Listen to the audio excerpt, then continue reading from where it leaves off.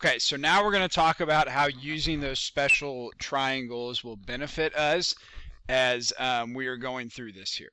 So starting out with, okay, this is a question that they could ask you on the ACT. It says find sine of pi over 6. Okay, so we got to think back to our last lesson, not the last video, but the last lesson. Pi over 6, that is our radians, right? Okay, so when I was talking about the triangles with you guys earlier, we had our 45, 45, 90 triangle and our 30, 60, 90 triangle.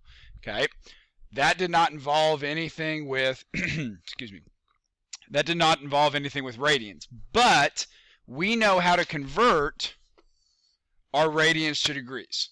Okay, we know how to convert our radians to degrees. So the first thing that we need to do on this is, I don't know, when I'm looking at this sine function here, I don't know what special triangle they're talking about because I don't know what pi over 6 is. Okay, so the first thing I need to do is I need to convert.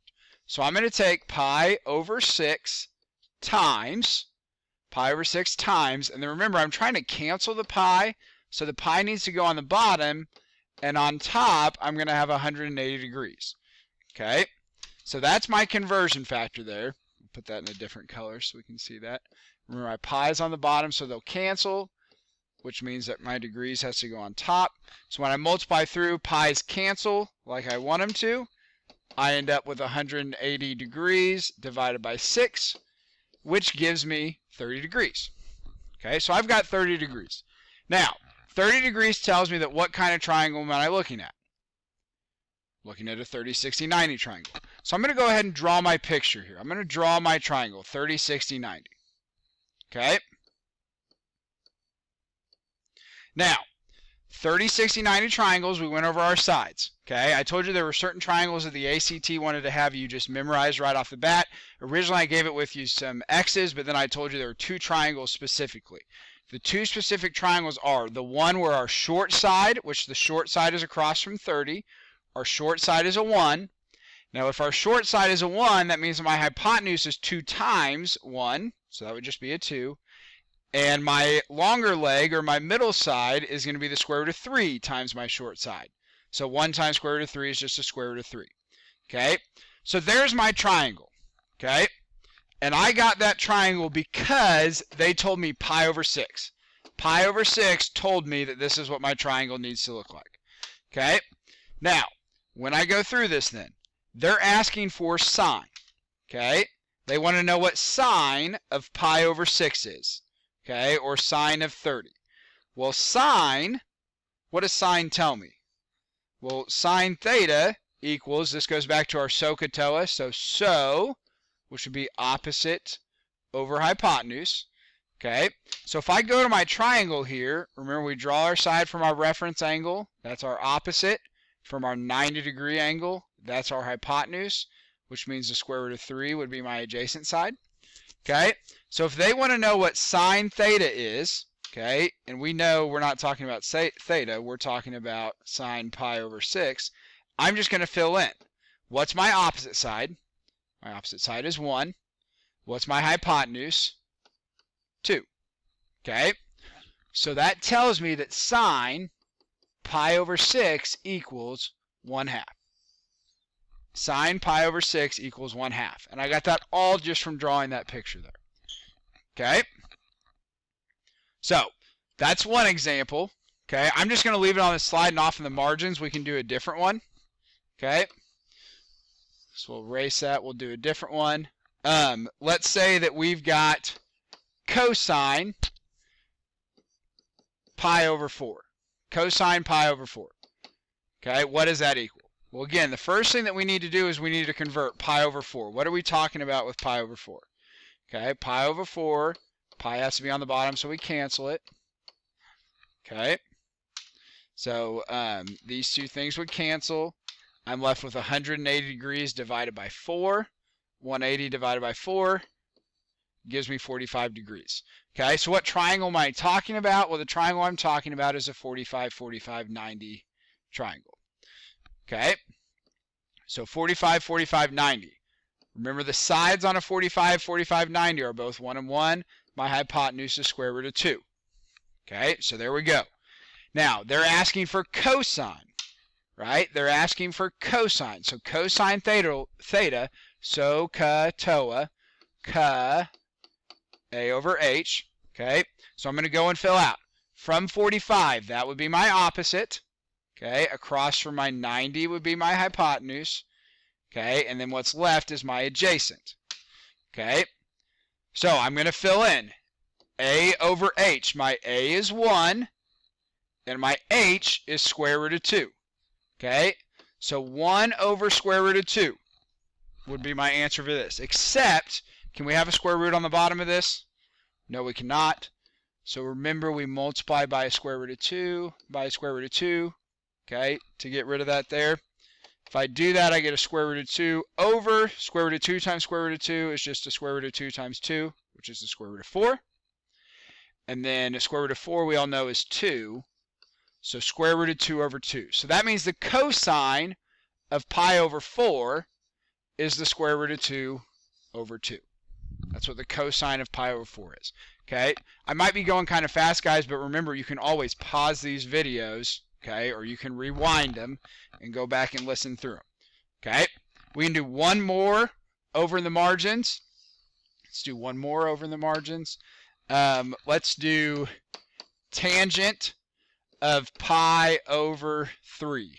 Tangent of pi over 3. So again, convert. What is pi over 3? As you guys move through, you're going to do these enough. You might start memorizing what each of these are. Okay, if you don't, not a big deal. Okay, again, pi has to be on the bottom so that they cancel. I end up with 180 degrees over 3, which gives me 60 degrees. So we're back with our 30, 60, 90 triangle. But this time our 30, 60, 90 triangle looks like this. Okay, notice every time I've done this, I've started with the angle in the bottom left. I'm going to explain that a little bit more when we get going through. That will matter. Okay, and I'll explain that a little bit more as we get going. Okay, so I've got 60 degrees. Okay, now across from our short side, if this is 60, this is not my short side. Okay, your short side is across from the 30. So if this is 60, that's 90. This one has to be 30. So my short side is down here now. That's a 1. Okay. Square root of 3 is on the far side. Okay. And then I've got my hypotenuse is 2. And again, guys, this is just memorizing. Okay. I've done this enough. I have these memorized. You may not. Okay. Have those triangles out in front of you so you can figure them out. Okay.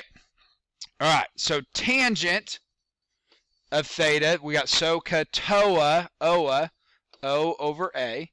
Okay, so we've got opposite, hypotenuse, that leaves this to be our adjacent.